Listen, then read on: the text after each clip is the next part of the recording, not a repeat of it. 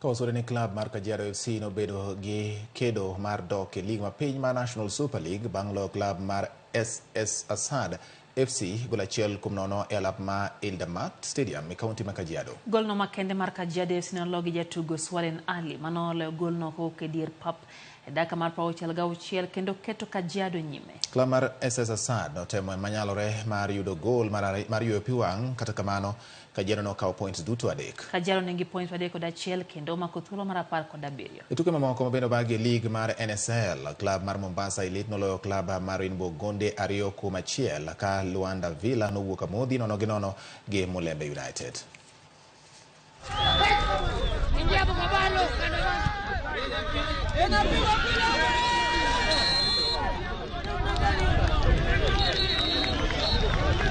Tumebakisha game 3, still tuko na team 3 zinafight hapo relegation, Mombasa Elite, Mulembe na Kajiado. Tunafightia wote hiyo spot moja.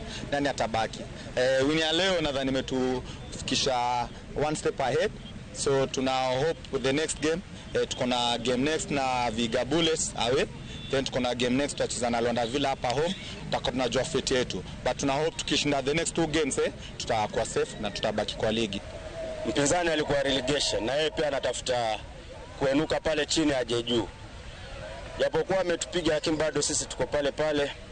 Hizo mechi 3 zilizobaki ni kuweka mikakati tu, mazoezi kwa zaidi kwa wachezaji, kujituma tuone pale